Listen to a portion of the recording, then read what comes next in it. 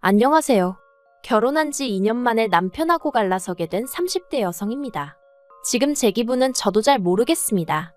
알터니가 빠진 듯 시원하기도 하고 한편으론 허탈하기도 하고 결혼할 때 이혼을 염두에 두고 하는 사람이 몇이나 되겠어요. 저도 그랬습니다. 4년이란 짧다면 짧지만 길다면 긴 시간 동안 남편을 만났고 만나는 동안 저도 나름대로 확신이 있었기에 결혼까지 결심하게 된 것인데 이혼은커녕 오히려 평생 남부럽지 않은 행복을 만들고 누리며 살아갈 줄 알았죠. 남편하고는 친구의 소개로 만났습니다. 좀 더 정확히 말하자면 원래는 남편 친구랑 제 친구랑 연애 중이었는데 이 커플이 여럿이서 어울려 만나기를 좋아하는 성격이거든요. 그래서 그둘이 남편과 저도 한번 만나보라며 소개 자리를 만들어준 거예요. 저희가 만약에라도 사귀게 된다면 더블 데이트도 하고 그러면 같이 캠핑도 하고 여행도 다니고 재밌을 것 같았다면서요. 그리고 그 두 사람이 어느 정도는 보는 눈이 있었던 건지 정말로 남편이랑 저랑 잘 맞았어요. 첫 만남에서부터 어색하고 그런 것보다는 오히려 얘기거리가 끊이지 않아서 신기할 정도였다니까요. 그래서 이후로 저희는 누가 먼저랄 것 없이 연락을 주고받고 만남을 이어가다가 본격적으로 사귀기 시작했죠. 그런데 친구들도 몰랐던 사실이 있었던 게 그건 바로 남편의 집안 형편이라던가 가족 관계라던가 그런 거야 사실 어지간한 친구 사이가 아니면 파악하기 쉬운 건 아니잖아요. 그렇다고 그런 걸 대놓고 묻는 것도 흔치 않은 일이고 그래서 친구들이 알면서도 저에게 말을 안 했다거나 속였다곤 생각하지 않아요. 저도 처음엔 결혼 생각을 하고 만났던 게 아니다 보니 그런 것까진 궁금하지도 않았고요. 그런데 사귄 지 3년이 넘어갔을 때부턴 남편이나 저나 적은 나이도 아니고 하다 보니 양가에서 사귀는 사람이 있으면 한번 데리고 와보라던가 결혼 생각은 있는 거냐던가 말이 나오기 시작했죠. 그러면서 이제 남편하고 이런저런 이야기를 하다가 시댁에 관해서도 여러 가지를 알게 됐네요. 일단 듣기에 시부모님은 그냥 평범하신 분들 같았어요. 아버님은 50대 중반이 되셨을 무렵 건강상의 문제로 다니던 회사를 나오셨고 이후로는 그냥 무리하지 않는 선에서 지인분 사무실에 나가고 계신다 했죠. 어머님은 평생 전업주부로 사셨고요. 남편은 그런 시부모님께 유난히 잘하려고 드는 아들도 아니었고 그렇다고 저희가 연애를 하는 동안 두 분한테 자주 연락이 온다던가 그런 것도 없었습니다. 그래서 솔직히 남편과 시부모님의 관계라던가 그런 부분에 있어서는 별 걱정은 하지 않았네요. 그리고 좀 조심스러웠지만 남편에게 시부모님의 노후는 준비가 되어 있는지 묻기도 했었는데 그래도 회사 생활을 꽤 오래 하셨으니까 연금 나올 것도 있고 그렇다며 걱정하지 말라고 하더라고요. 결혼할 때 집은 못 해주셔도 어느 정도 도와주실 거라 하셨다면서요. 그래서 내심 안도했었죠. 그런데 막상 상견례까지 마치고 본격적으로 결혼 준비를 시작하고 나니까 여러 가지가 남편의 말과는 달랐습니다. 특히나 어느 정도 도와주실 거라던 그 부분은 남편은 자기도 전혀 몰랐다 상상도 못했다 했는데 시부모님이 모아두신 돈이 하나도 없다고 하시는 거예요. 오히려 살고 계신 집을 담보로 받은 대출까지 있어서 그거나 다 갚고 죽을 수 있을지 모르겠다 하시면서 그 얘기가 나왔던 게 상견례 마치고 일주일도 안 되었을 때였거든요. 결혼 관련해서 이야기 좀 하자 하셔서 남편하고 시댁을 찾았던 자리였고요. 아무튼 남편이 진짜 엄청나게 화를 냈습니다. 이런 중요한 이야기를 왜 그동안 자식들하고 아니 하다못해 장남인 저하고 상의 한번 한 적이 없으시냐 하면서 상견례 때는 그럼 거짓말하신 거냐고? 차라리 못 보태주실 것 같으면 못 보태주신다고 솔직히 말씀이나 하시지. 그 자리에선 1억을 해주네 어쩌네 하시지 않았냐? 정말 어쩌려고 그러신 거냐? 어찌나 남편이 전에 없는 모습으로 화를 내던지 오히려 제가 남편을 말려야 하나 싶을 정도였어요. 그런데 어머님 아버님은 막말로 우리가 대출을 받던 도박을 하던 장남이나마나 너한테 손 벌릴 것도 아닌데 왜 너한테 얘기를 했어야 하냐며 얘기했으면 뭐가 달라졌겠냐? 네가 돈을 해줬을 거냐 하시며 더 큰 소리를 내셨습니다. 그러니까 남편도 지금 하신 말씀 책임지시라며 자기는 절대 그 빚에 대해선 한 푼도 못 해드린다 어쩐다 그러더라고요. 솔직히 남편이 시부모님을 상대로 불같이 화를 내는 걸 보고 나니까 저는 시부모님과 남편을 별개로 생각할 수밖에 없었고 그래서 남편에게 화는커녕 싫은 소리조차 할 수 없었습니다. 제 속도 속이지만 남편 속이 말이 아니겠구나 싶은 게 오히려 어떻게 위로를 해줘야 좋을까 싶더라고요. 한편으론 친정에도 상황을 알릴 수밖에 없었습니다. 남편이 어떻게든 잘 둘러대면 안 되겠냐, 장인 장모님이 이 일로 나를 반대하시면 어쩌냐 하며 걱정을 했지만 그렇다고 친정 부모님을 속일 순 없었으니까요. 그리고 예상했던 것처럼 친정에서는 처음엔 난리가 났어요.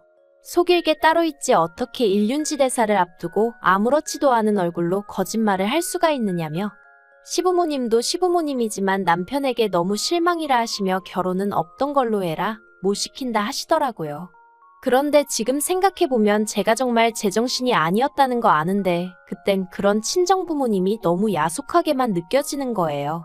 남편도 아무것도 몰랐다는데 누구보다 당사자인 남편이 제일 속상할 텐데 그걸 왜 저희 친정 부모님은 믿어주시질 않으실까? 속상하고 원망스럽더러니까요. 하지만 결과적으로 친정 부모님께선 저희 두 사람의 결혼을 허락해 주셨습니다. 헤어지려고도 해봤지만 잘 되지 않았고 눈물은 어찌나 하염없이 나던지. 제가 연애를 많이 해본 것은 아니었지만 제가 그토록 힘들어하는 걸 친정 부모님이 처음 보셨거든요. 그러니 이러다 딸 잡겠다 싶어서 어쩔 수 없이 허락해 주시는 거라고 하셨어요.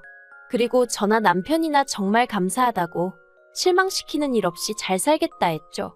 다만 저도 친정 부모님 가슴에 대못 박으며 시집 가는 것 같아 경제적 지원은 받지 않겠다고 했습니다.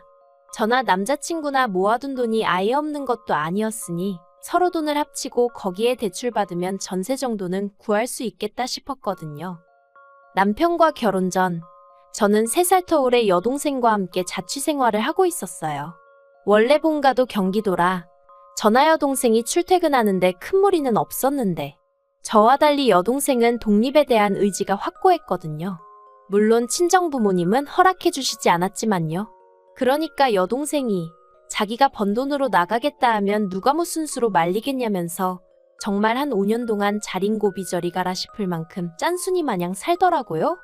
그러더니 하루는 친정 부모님께 이제 정말 말리지 마시라며 내 능력으로 나가 살겠다고 거의 선언하듯 통보를 해왔죠.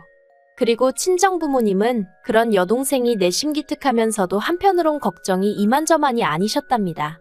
그래서 나름대로 해결책으로 제시하신 게 언니인 저와 같이 나가 살아라였죠. 당연히 여동생은 그럼 그게 무슨 독립이냐 하며 싫다 해댔지만 친정 부모님의 고집을 꺾지는 못하더라고요. 그래서 제가 여동생이랑 같이 살기 시작했어요. 다만 1억 4천에 달하는 전세자금 중 1억에 가까운 돈을 여동생이 부담했기에 제가 나머지를 보태고 생활비를 댔어요. 참고로 여동생은 저와 달리 결혼이며 임신이며 말만 들어도 진저리를 칩니다.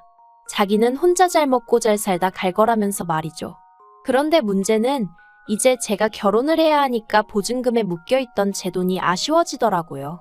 돌려달라고 하자니 동생이 집을 줄여 이사를 가야 할 상황이었는데 언니 된 입장에선 동생이 지금보다도 열악한 환경에서 살게 하기도 그렇고 그래서 결국 제 돈은 친정 부모님이 먼저 저에게 주시고 나중에 동생이 이사를 하거나 그러면 그때 동생한테 받으시겠다대요. 감사했죠. 마음도 놓였고요. 그런데 왜인지 보나마나 남편이었겠지만 이 세세한 내막을 시댁 식구들도 다 알고 있더라고요. 한편 몇 달 전부터인가 어머님과 통화를 할 때면 어머님께선 하소연하듯 시동생들의 소식을 전하셨습니다. 시동생 둘 다 허파에 바람이 들었는지 서울 타령을 그렇게 해야 된다면서 말이죠. 그리고 그럴 때마다 저는 솔직히 찜찜한 마음을 감출 수가 없었어요. 이건 뭐 나더러 시동생들을 한번 불러주라는 말씀이신가 싶기도 했고 그런데 제가 시동생들하고 그렇게 가까운 편은 아니었거든요. 어떻게 말해야 하나 싶은데 솔직히 보고 있으면 한심합니다. 일단 남자 시동생은 사업을 한답시고 매일같이 이 사람 저 사람 만나서 술 마시고 다니는 게 일이었어요. 게다가 제가 말은 안 했지만 남편이 저 몰래 얼마씩 용돈까지 쥐어주는 상황이었으니 그리고 신우도 나이가 29으로 결코 어린 나이가 아닌데 어쩜 그렇게 철이 없는지 몰라요. 어떻게 해서든 제대로 된 직장 들어가서 자기 밥벌이 할 궁리는 안 하고 돈이 없네? 아르바이트 해야겠다. 돈 들어왔네? 써야겠다. 정말 이렇게 생각하고 사는 눈치였거든요. 그리고 여기도 저희 남편한테 걸핏하면 돈 뜯어가는 거 저 다 알고 있었어요. 하지만 나름대로 오빠 노릇한다고 그러는가 보다 싶어서 그냥 내버려둔 거죠. 아무튼 그런 시동생들이 급기야 하루는 저희 남편한테 그러더랍니다. 서울에서 제 여동생이 혼자 산다지 않았냐? 언니랑 살던 집이라며 그럼 방도 하나 더 있을 거 아니냐? 거기에 자기들이 가서 살게 해달라고요. 저는 처음에 남편이 그 이야기를 하는데 이게 무슨 미친 헛소린가 싶었어요. 내가 뭘 잘못 들었나 싶기도 하고 그걸 말이라고 전하고 있는 남편도 어이가 없었죠. 시동생들이야 워낙 철딱서니가 없고 그걸 전화 남편이 모르는 것도 아니니 남편 선에서 말 같지 않으면 잘라내고 말아야지. 그걸 뭐 한다고 나한테 전하냐고요. 그래서 제가 남편한테 말이 된다고 생각하냐고 짜증을 냈어요. 그랬더니 남편도 말 안 되는 건 아는데 그래도 시동생들이 말이라도 한번 해보라고 혹시 형수가 이해해줄지도 모르지 않냐면서 조르길래 그래서 해본 소리랍니다. 신경 쓰지 말라나요. 그런데 저희 시부모님, 특히나 어머님 반응이 어이가 없었어요. 저한테는 애들이 서울 가고 싶어서 환장을 해서 저런다며 미안하다 하시면서도 당신 팔자가 사나워서 그렇다며 언제까지 저 혹덩어리들을 달고 살아야 하는지 모르겠다. 그리고는 저더러 네 동생은 엄청나게 야무진가 보다면서 그런 사람하고 한 집에서 살면 시동생들도 뭐 좀 배우는 게 있지 않겠냐 하시는데 이건 뭐 어거지로 들이대시는 것보다 더 부담스럽고 더 짜증나대요. 물론 저는 확실하게 안 된다고 말씀은 드렸지만요. 그리고 이 정도 거절했으면 다들 성인이니 제 말이 무슨 말인지 알아들었을 거라고 생각했는데 어이없게도 저희 남편이 글쎄 제 동생에게 직접 전화를 걸었답니다. 저는 이마저도 여동생한테 들어서 알았어요. 여동생이 한다는 말이 자기도 말을 해야 하나 말아야 하나 고민하다 이야기하는 거라면서 저희 남편이 그러더랍니다. 어려운 부탁인 거 알지만 자기 동생들이라면서 자기를 믿고 단 1년만이라도 같이 살게 허락해주면 안 되겠냐고요. 그래서 제 여동생이 형부 동생들이라고 해도 나한테는 남이다. 형부가 이런 부탁을 한다는 것 자체가 이해가 안 된다 했답니다. 그런데 저희 남편이 제 동생더러 그러더래요. 남이라니 서운하다. 나는 처제를 친동생이나 다름없다고 생각했다. 그리고 어차피 처제는 아침에 출근했다 저녁 늦게 나야 집에 오고 그럼 대낮엔 빈집이나 마찬가지인데 서로 마주할 만한 시간도 없을 거다. 저희 남편이 어찌나 억지를 쓰던지 결국 듣다 못한 제 여동생이 저희 남편더러 형부 이러시는 거 너무 불편하니까 앞으로 이런 이야기 하실 거면 연락하지 말라고 그랬답니다. 그랬더니 저희 남편이 제 여동생더러 이제 보니 은근히 말하는 거 싸가지가 있네 없네 하면서 진짜 실망이라고 자기는 반대 경우였으면 자기 동생들을 때려서라도 처제 데리고 살라고 했을 거라며 서운하네 어쩌네. 이 이야기를 전하는 내내 저는 비록 전화기 너머로 동생의 얼굴은 볼 수 없었지만 동생이 얼마나 화가 났을지 어이가 없었을지 오롯이 느낄 수 있었고 그럴수록 저는 동생 볼낯이 없다는 생각에 화끈거리고 온몸이 부들부들 떨리기까지 했어요. 부모님한테도 말씀드렸냐니까 그랬다간 형부 맞아 죽을까봐 안 했다는데 이걸 고맙다고 해야 하나 싶고 그래서 일단은 정말 미안하다고 몇 번이나 사과했습니다. 동생은 동생대로 언니도 참 어렵게 산다 하는데 진짜 쪽팔렸다니까요. 전화를 끊고도 한동안 분을 참을 수 없었고 저는 결국 퇴근한 남편이 집안에 들어서기가 무섭게 따지고 들었어요. 내 동생한테 전화했냐고 전화해서 정말 시동생들하고 같이 살아달라 어째달라 그딴 소리를 했느냐 했죠. 그랬더니 저희 남편이 처제는 그걸 촉새처럼 당신한테 일렀냐면서 한다는 소리가 당신이 처제를 걱정하듯이 나도 내 동생들이니까 안쓰러워서 부탁 좀 한 거라며 어차피 들어주지도 않는다는데 왜 이를 키우냐입니다. 그러면서 저나 제 동생이나 진짜 매정하다면서 어떻게 가족 간의 선을 딱딱 끊냐 불편해서 보고 살겠냐 하는데 정말 미안한 마음이라곤 눈꽃만큼도 없구나 싶은 게 그래서 남편한테 정말 실망이라 했습니다. 나는 시동생들만 멍청하고 생각이 짧은 줄 알았는데 피는 못 속인다더니 당신도 시동생들하고 별반 다를 게 없다고 핏줄이 무섭긴 하다면서 저도 막 내뱉어버렸죠. 막말로 남편 싸대기 안 날린 게 어딘가요? 남편은 제가 자기뿐만 아니라 자기 동생들까지 욕을 했다면서 그리고 핏줄을 운운하고 그런 건 시부모님을 욕한 거나 마찬가지라면서 저더러 무조건 사과하랍니다.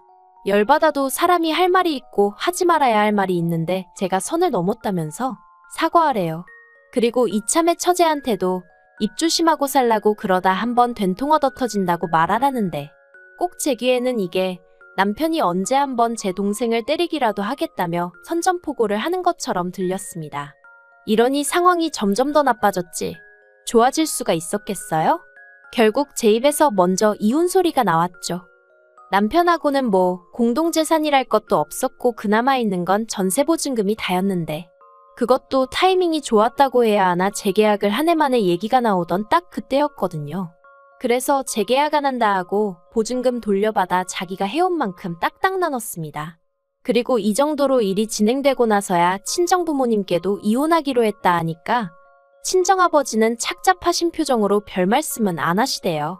친정어머니께서는 지금이라도 잘 생각했다 하시며 괜찮다고 절 위로해 주셨는데 솔직히 위로받을 만큼 뭐 가슴이 아프고 그런 것도 없었어요. 여동생은 혹시 자기 때문에 언니가 이혼한 거냐며 제 앞에서 엉엉 울었는데 절대 그런 거 아니니까 걱정하지 말라고 했죠.